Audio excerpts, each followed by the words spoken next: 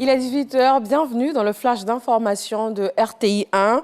Nous sommes au 6e jour de la campagne électorale. Sur le terrain, la bataille des arguments est très rude. 750 listes pour les municipales, 93 pour les régionales. Les différentes équipes ont jusqu'à demain, jeudi 31 août, minuit, pour convaincre l'électorat.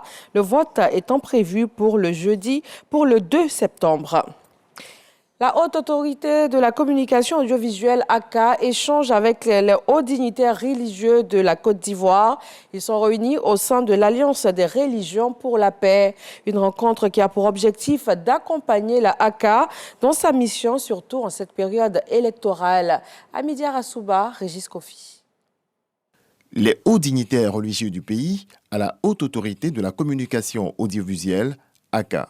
Ils ont échangé avec le premier responsable de l'institution, René Bourgoin. Chacun de nos concitoyens a son sentiment, a le sentiment sur ce que devrait être la régulation et sur ce que devraient être les sanctions à infliger ou au contraire à ne pas infliger.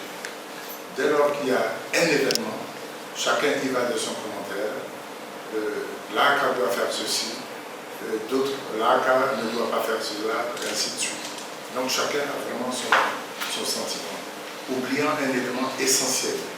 Cet élément essentiel est que le législateur, donc le peuple, a doté notre pays d'une institution en charge de réguler les médias audiovisuels. L'Alliance des religions pour la paix s'engage à soutenir la ACA dans sa mission. L'Alliance des religions pour la paix en Côte d'Ivoire, précisément, venu saluer Monsieur le Président de la ACA et tous ses collaborateurs, les encourager, mais surtout les assurer de leur prière par rapport à leur mission délicate en tout temps.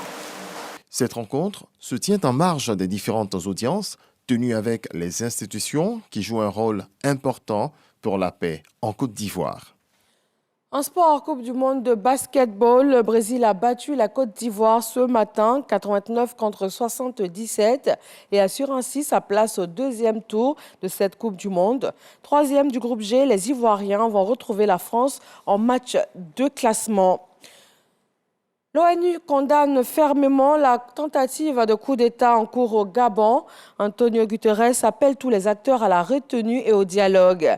Il appelle les forces de sécurité à garantir l'intégrité physique du président et de sa famille.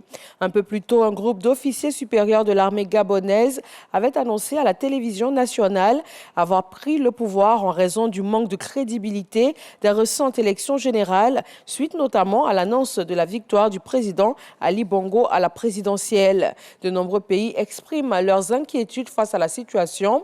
Les États-Unis, le Maroc, le Nigeria, la France et même la CEDEAO. L'Union africaine a annoncé une réunion d'urgence avec le Burundi, le Sénégal et le Cameroun afin d'analyser la situation. Au Royaume-Uni, une panne géante de contrôle aérien perturbe le retour de milliers de voyageurs. Une panne du système de contrôle a forcé les agents aériens à entrer manuellement les plans de vol, entraînant de très nombreux retards et des annulations en chaîne. Cet incident devrait coûter des dizaines de millions de livres aux compagnies aériennes.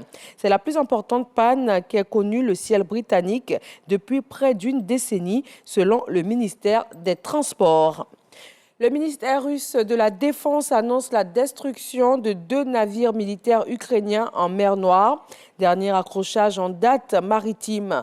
Près d'1 an après, les attaques en mer Noire étaient devenues plus rares, permettant la mise en œuvre d'un accord pour que l'Ukraine puisse exporter sa production agricole.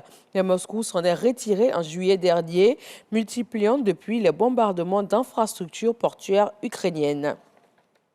Et c'est tout pour ce bref point de l'actualité. L'information dans nos régions, c'est tout de suite et le journal à 20 h sur RTI 1.